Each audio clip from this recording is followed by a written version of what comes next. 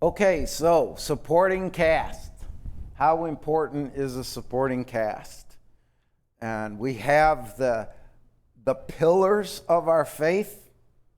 And in the book of Revelation, who are the pillars of our faith? There's these pillars of a temple. Who are those pillars? Do you know? The apostles. They were inspired. They did miracles. And they established with signs and wonders, this is from God. And it is established. And Jesus told Peter, what you bind on earth is already going to be bound in heaven. So you establish it, which is now a pillar. What are we following? These pillars that were established 2,000 years ago, that's what we're doing. Why do we take the Lord's Supper? Because the pillar said, I've received of the Lord, which I'm now giving you. It's a pillar. There it is. And so those are great, right? We study the apostles. But then Dennis came up with the idea, let's talk about the supporting cast. Some of these people, two verses, they're mentioned. Why are they so important? Well, they're in the Bible. What are they? What is that person's name doing in the Bible? There's a reason. Is your name ever going to be in the Bible? No, it's done. It's sealed. It's the perfect law of liberty. Here it is. And how does it end? Don't you add one word to this. And don't you... Oh, well, I guess we're out, right? Who are we? We aren't even supporting casts. Don't kid yourself. Don't kid yourself. God has a book. It's ongoing. Your name is in it. Every single thing you do and think and say, God doesn't forget anything, and nothing is insignificant. You stop and bend down and help a child. You give a cup of water to somebody. It's all there. God said, I know you. And the whole idea of this supporting cast is we're supporting casts. We are very important in the work of God. We are partners with God. We're his workmanship. We work together to glorify God. And you don't have to be some famous preacher, because what about our sisters? God says, I want men to preach. Oh, our poor sisters. We're going to look at some sisters today. We're going to look at some sisters today. They can't teach men publicly. But you know, I know a sister intimately, Miss Lynn. Right now, she's teaching the first and second graders. She got 12 of them in there, and they love her. Don't tell me God doesn't have a role for women and how special they're nurturers. We're gonna look at that. Our first one, let's go to Luke 17. We're going to look at one leper. Well, if you want to be that way. I thought we were going to look at... Do we need a PowerPoint? They're nice. Dennis put it together, but this isn't working. Okay. Luke 17, verse 11. It came to pass as he went to Jerusalem that he passed through the midst of Samaria and Galilee. He is Jesus. He's in his ministry. He entered into a certain village. There met him 10 men that were lepers, which stood afar off. 10 men.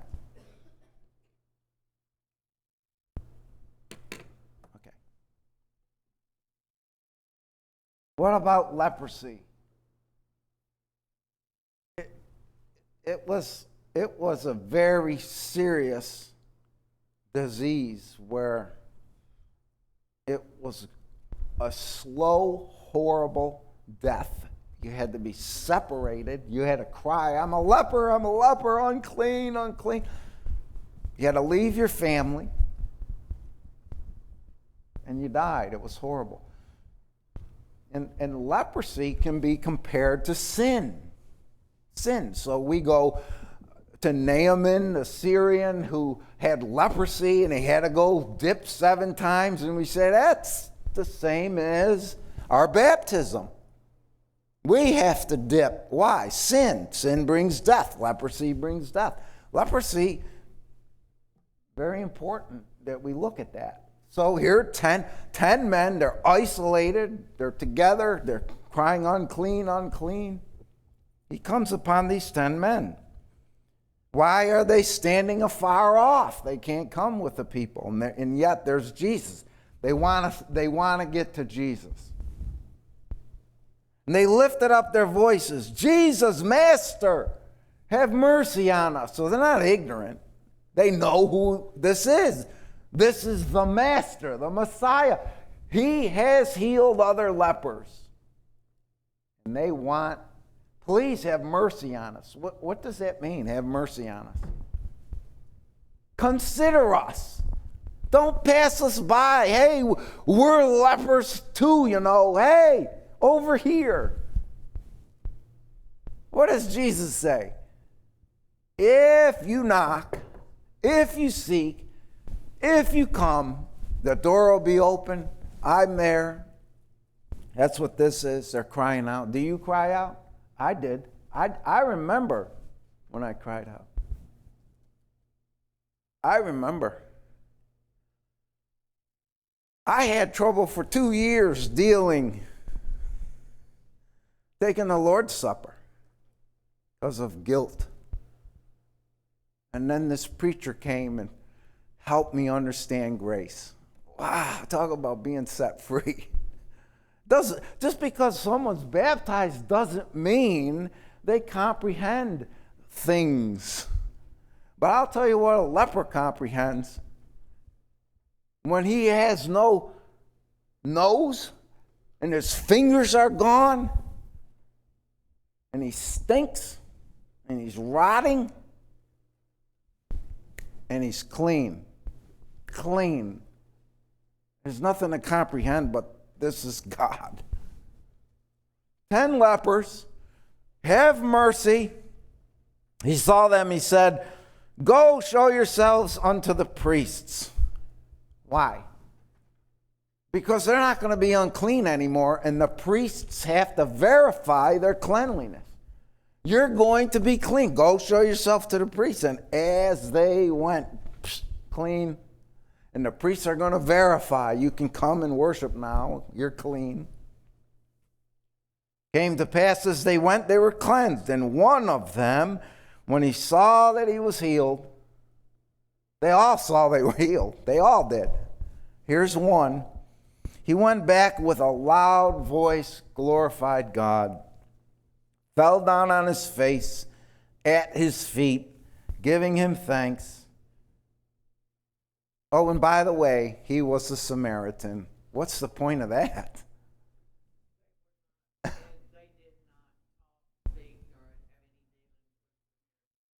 Samaritans, they're dogs. What do you know about Samaria?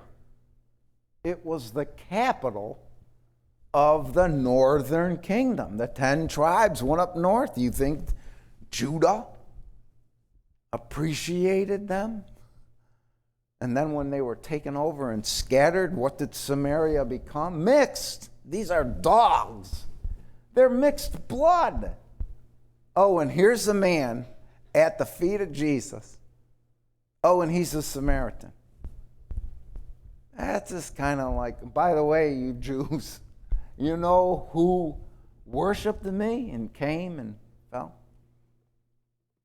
You ever think what you would do when you meet Jesus? Because you're going to meet Jesus. You ever think, I I am going to fall down and wash his feet with my tears. That's what I'm going to do. I see it all the time. Here's this man cleansed. This man is going, oh, look at this. So that's his healing. Now, let's look at his gratitude.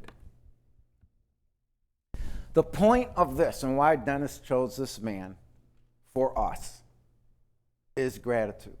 That's the whole point of this. Without gratitude, you're worthless. You will become further and further separated from God in gratitude. Just happens that way. And that it's all through the Bible. All through the Bible, ingratitude. And you know what Moses said when he gave the law? He said, by the way, here's what God knows. This was a prophecy. Here's what God knows. You're going to get in this land, and you're going to have all this that you didn't have anything to do with. You didn't plant those vineyards. You didn't plant those olive trees. You're just going to be fat. You didn't make those houses. It's beautiful. I live in a house. It was built in 1906. I had nothing to do with building that house. It is absolutely incredible. I am so grateful. And I know God gave that to me. Here, this is where you're going to live. I can't live here. There's no way I could pay for this. So I made an offer that I could afford, and there's no way. The realtor said, man, you're about $80,000 off the mark. And the people said, okay. I didn't build that house. So I get in the house, and what do? I work on it, and pretty soon I start thinking, look at my house that I painted it, and I fixed the driveway, and look at this house. And I bring people over, hey, look at my house. It's not my house, it's God, He gave it to me. Don't ever become ungrateful. That's the whole point of this. His gratefulness. He was so grateful. What about those other 9? Come on, how could you be healed? It's like you're laying in bed. You got 2 days left. The cancer has eaten you down to nothing, and you just walk home completely healed, youthful and healthy, and you're not going to say anything? I don't get it. I just don't get it. Makes me wonder sometimes if the man actually got to the priest and found. Don't know. I'll tell you one thing they didn't get to. The Lord. They didn't get to the man, the one that cleansed them. And yet they knew who He was. They called Him Master. They knew what He could do, and He did it. And not one of them went back. Not one of them. Now we're going to be going to Bethany, but there's a leper in Bethany, Simon the leper. We're not going to look at him. But guess what he was doing? Guess what Simon the leper was doing? He had Jesus in his house. He was feeding him and loving him and honoring him. And there's a leper, huh? That's what I want to be. I want to be Simon the leper. I had leprosy. You had leprosy. Death. You were dead, a zombie, walking dead person. God gave you life, took away your leprosy. What are you going to do? I'll tell you what I'm going to do. Fall at His feet. You going to fall at His feet when you see Him? Some people walk around like when Jesus comes, they're going to walk up and say, hey, open the door. Come on, let's go. What do you got for me? Where's my mansion? They walk around like that. Like, what are you doing? Yeah, you owe this to me. I baptized 55 people last week alone. Open the door. Come on, let me in. That's how they act. No. No. I was dead. Gratitude. All right, let's look at what he has here. Lessons to learn. God notices ingratitude.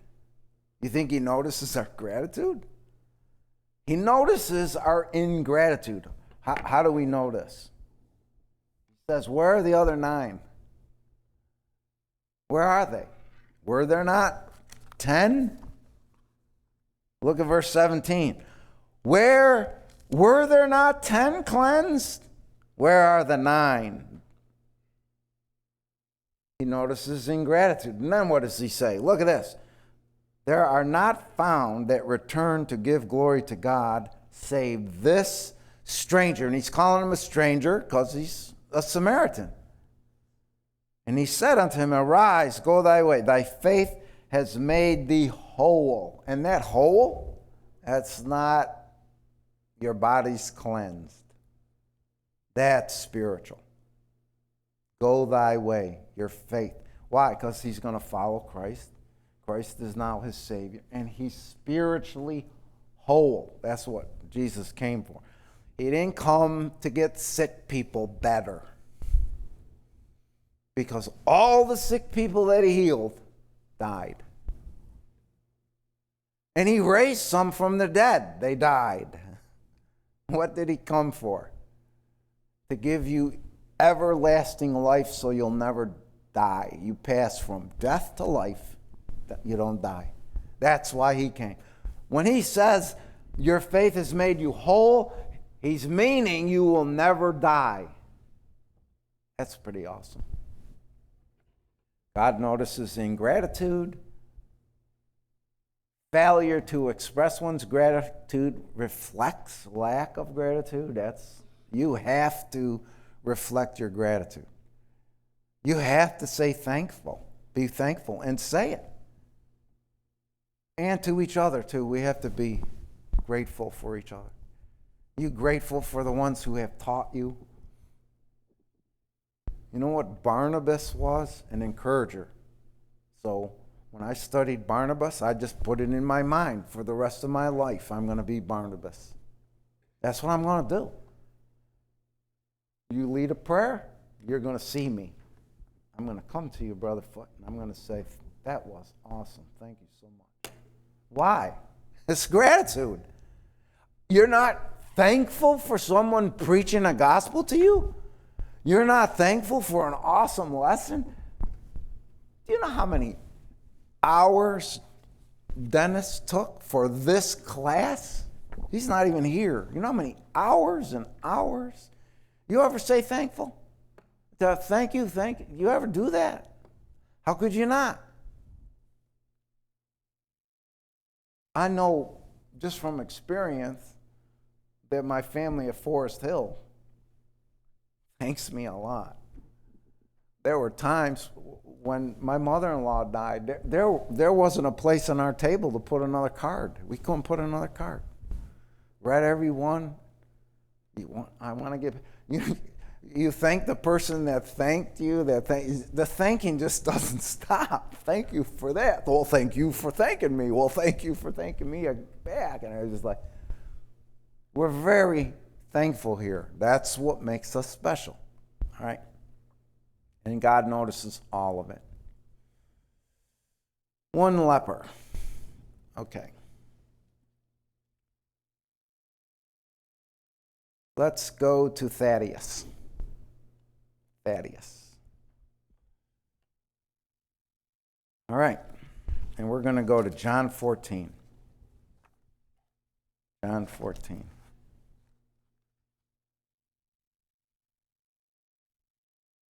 Dennis says Jerome dubbed him Trinomius because he has 3 names. They called him Trinomius. And so he's called Lebbaeus in Matthew and in Mark. He's simply called Thaddeus. Lebbaeus, Thaddeus. Those are nicknames. And they mean heart child, or breasted child. So he's just a sweet, childlike person. You know how a child is, especially the ones that call you grandpa. Grandpa, they run across the parking lot, they're gonna die. Focus just on you. That's Thaddeus. He's this love child, innocent, beautiful love child. Luke calls him Judas, the brother of James. So he has 3 names. Now, let's go to John 14. What are we going to talk about with Thaddeus? John 14.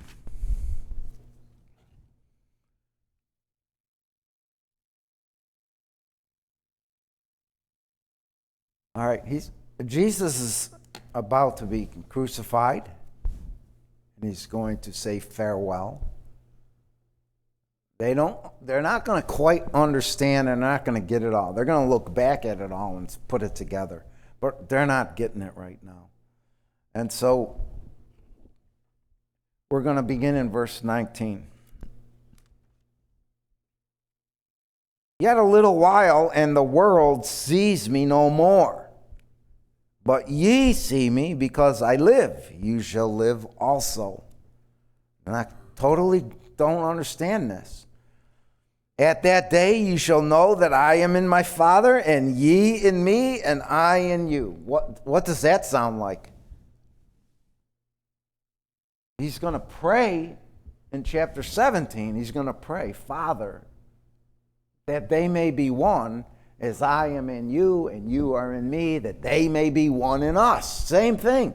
He's telling them, I'm not going to be in the world much longer, but I'm going to be in my Father, and you're going to be in me, and we're going to be. He's telling them this, and then he's going to pray to his Father that this happened. How wonderful it is that this happens. You ever thank God for the wonderful things that are happening in your life? I'm breathing. I think about every day. My eyes open up and I see things. I studied photography. It's all about light. Photograph something, you got to get the light coming in from the side.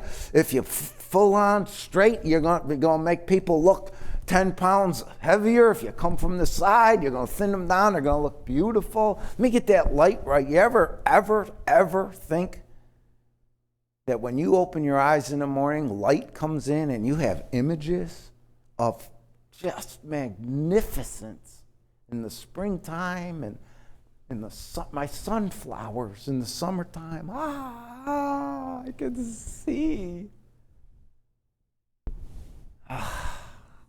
Awesome. Judas, that's Thaddeus, said unto him,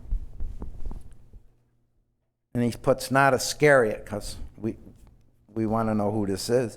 Lord, how is it that thou wilt manifest thyself unto us and not unto the world? That's a good question. That's deep thinking. So you're not going to be known and seen of the world. You're leaving, yet we're going to see you? And you're going to live with us, but the world, how's that going to happen? See, that's good thinking. Try to put it together. A child would ask that question too. I don't understand, Grandpa. What are you talking about? How could God be here, but we don't see him?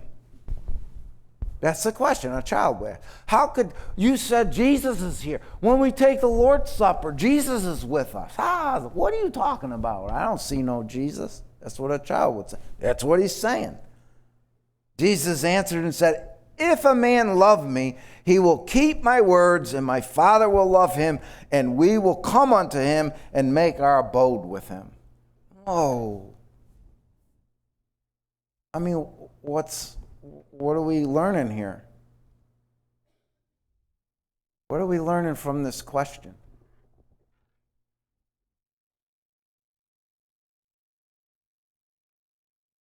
Lessons to learn. That's it. There it is. Christ lives with you, makes his abode with you. When? If you keep his word. You going to keep his word? Or are you going to go over to your neighbor and curse him out because his dog came in your yard and did something? You going to go curse out your neighbor for their dog? Or my neighbor's dog barks all night. Like, how could you put a dog outside and just have it, oh, let me in, all night? You going to go over there? I went over there. She keeps threatening to come to worship. She became a widow. We've been taking care of her. We bring her food. I clean her yard. She keeps threatening. I'm coming with you Sunday. I'm waiting. Did I chew her out about her dog? No. What does Jesus say? Be merciful, be patient, be long-suffering. Why? You got mission. What's your mission? What's Thaddeus? Why, his name says he's like a child. Be like a child. Be innocent. Be happy. Be kind. What's the lesson? That's it. If you're going to obey God, you're going to be like Jesus. You're going to take on his character. Stop being grouchy. Watch your tongue. Don't gossip. All that stuff. And then what? My father and I are going to come and make our abode with you. You're not having Jesus over for dinner. He's having you. Come here, Jerry. I got an old house I want you to live in. My father and I are here. I go to my prayer garden. I have a prayer garden, and guess who's there? My father's there. He's in my prayer garden. Why? Because I want to obey him with all of my heart. You can't go wrong. Everything he asks you to do is going to help you. I got to move on. Thaddeus. Uh-oh. Okay, we're going to move on. That's Thaddeus. All right. We're going to look at Simon the Zealot. Simon the Zealot. Matthew 10:4. There's little known. Matter of fact, in Matthew and Mark and Luke, they just name him Simon the Zealot.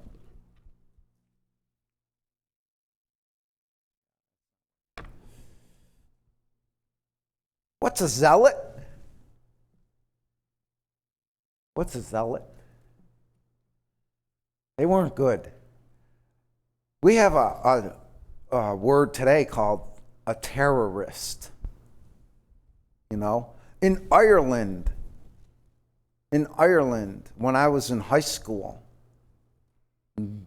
it was big time terrorism. And our marching band went over to Dublin and we marched in the St. Patrick's Day parade.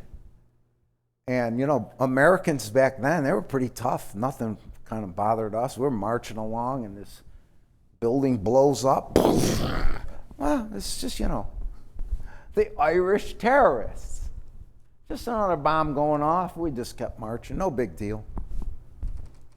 We just, Ireland, they resolved it. They stopped bombing. That's done. But back in the 70s, it was hot. Is there terrorism today? Yeah, there's a lot of terrorism today. What was Simon? He was a terrorist. That's what he was. Now it's interesting. Here's what I find interesting. They had a great effect. And the fact that there were zealots who can get things stirred up quickly, right? When they said, at Jesus' trial, give us Barabbas. Well, he was a terrorist. He had murdered somebody. He's going to be put to death. Give us Barabbas, another terrorist. What was Pilate afraid of? The zealots. They could turn this place upside down in no time. The zealots. So here's Simon, the zealot, a terrorist. By the way, AD 70, Jerusalem is completely destroyed. Why? Zealots. Zealots. They didn't go and protest and hold signs. No, they rioted and took out swords and killed the Romans. We got enough now. We got enough armed men. Let's get them out of our... You can take the Roman force in Judea and Jerusalem, drive them out. But then Rome's coming. What are they going to come with? Are you kidding me? Have you not seen people rebel against police forces and then all of a sudden there's SWAT teams and helicopters in Waco, Texas? Yeah, you're going against the federal government? Really? They're going to, if they have to, tanks, bunker bombs. We're dug in deep. Not deep enough. Zealots caused the destruction of Jerusalem. They also caused Christ's death. We're going to look at that with Pilate if we ever get there. All right, so here's this zealot. All right, let's look at Matthew 10:4. Matthew 10:4.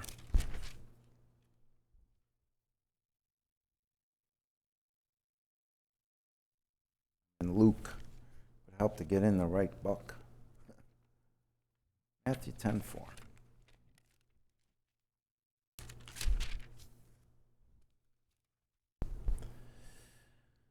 All right, Simon the Canaanite, Judas Iscariot, who also betrayed him. So this is listing the 12, and that's really what we have.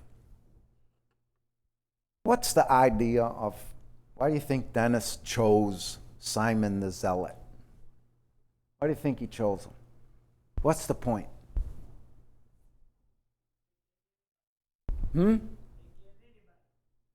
That's it. If Simon a zealot can be disarmed, what do you mean? Put up your sword. We're not doing it this way. Yeah, but these Romans, these barbarians, these ungodly, look at their superstitions and their idolatry, and they even worship the Caesar. He's just a man. He's a wimpy old man, and they worship him like God. Come on. And they defile the temple, and what does Jesus do? Peter, put up your sword. Simon, put up your sword. There is no way you're going to get a zealot to disarm. There's no way you're going to get in the Middle East the Jews and the Palestinians to disarm. There's no way. Really? So you don't believe in the power of the gospel? You don't think a Palestinian can be converted to Christ? You don't think a zealot Jew today can be converted to Christ and that they can worship together?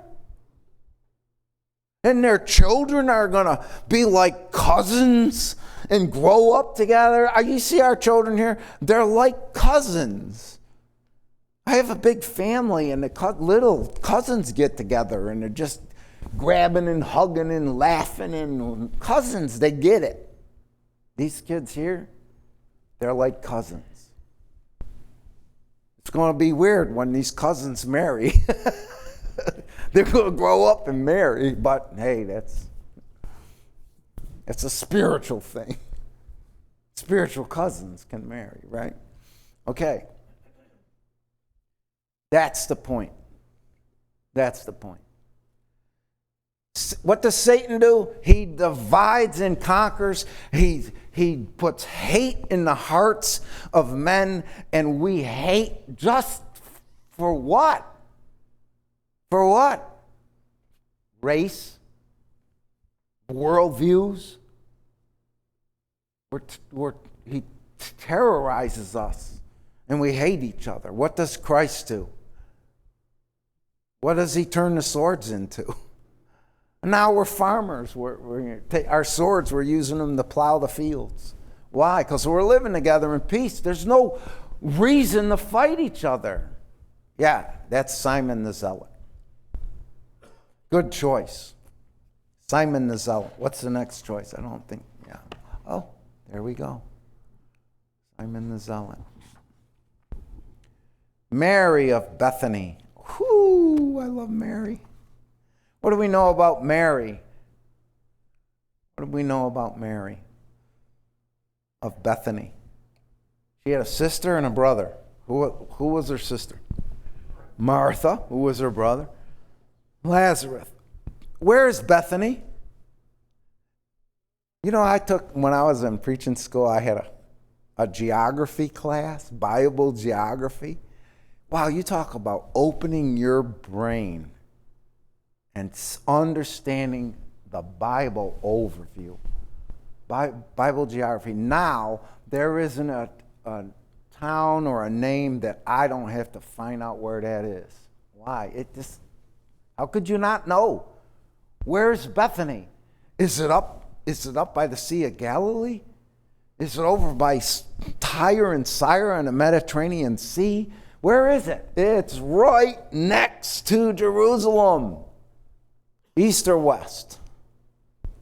East. Why was Jesus in Bethany all the time? It was not only convenient, but there were people he loved. Simon the leper had a house in Bethany. But he went to Lazarus' house. Were they poor? No, they had a house. They took care of Jesus. What about this Mary? Well, Dennis is going to point out three things. One, she loved to hear Jesus. Luke 10. Let's go to Luke 10. She loved to hear Jesus. All right, let's look at this. Verse 38. Now it came to pass, as they went, that he entered into a certain village, Bethany, and a certain woman named Martha received him into her house, and she had a sister called Mary, which also sat at Jesus' feet and heard his word. But Martha was cumbered about much serving, because it's not just Jesus, you know, there happens to be a band of men kind of following along. You don't just bring Jesus into your house without having a full table. What does Martha have to do? She's got a lot of work to do. And I don't say, what's the matter with Martha?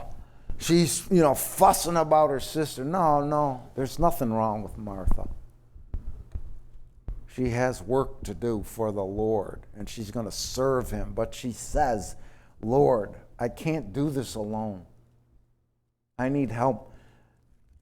Can you send Mary to help me? That's reasonable. There's nothing wrong with that. And what does Jesus say? Oh, Martha, Martha, thou art careful and troubled about many things. You have to get everything right. You have to get the dishes polished. You have to, My wife is like that. I bring a homeless person in to feed him, and she has to get the china out. Get the crystal. Could be an angel.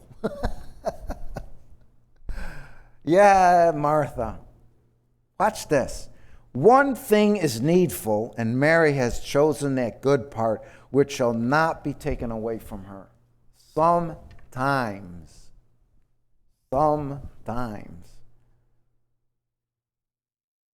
God comes first. I don't care what it is. Sometimes God comes first. And sometimes your family's not going to understand. How come you did not come to this? How come you weren't Well, I was at the feet of Jesus. And I was at this gospel meeting. And I had to be there. Sometimes things come first. So, what do we know about Mary of Bethany? The Word of God came first. She couldn't get enough of it. She hungered and thirsted and sat there in awe. And Jesus said, no, you can't take this away from her. What else? She trusted Jesus. So in John 11, let's go to John 11. Her brother died. Her brother died. Lazarus died. And when Jesus came,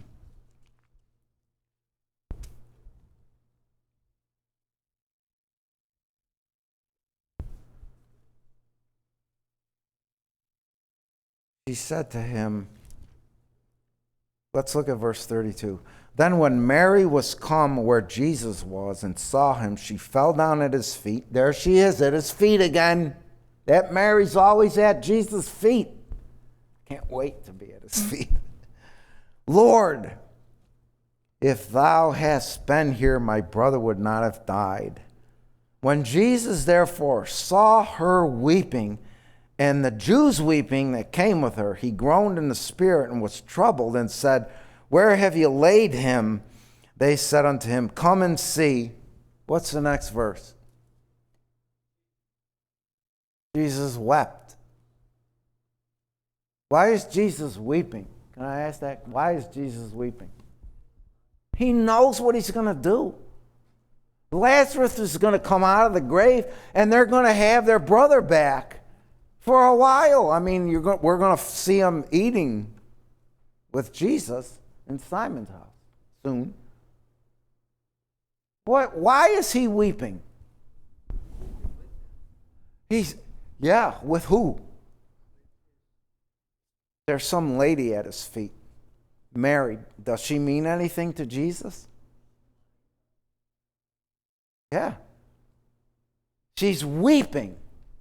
What does it cause Jesus to do? He weeps. Don't you think Mary's kind of a special person to make the Son of God weep? Why? Because he's in her heart.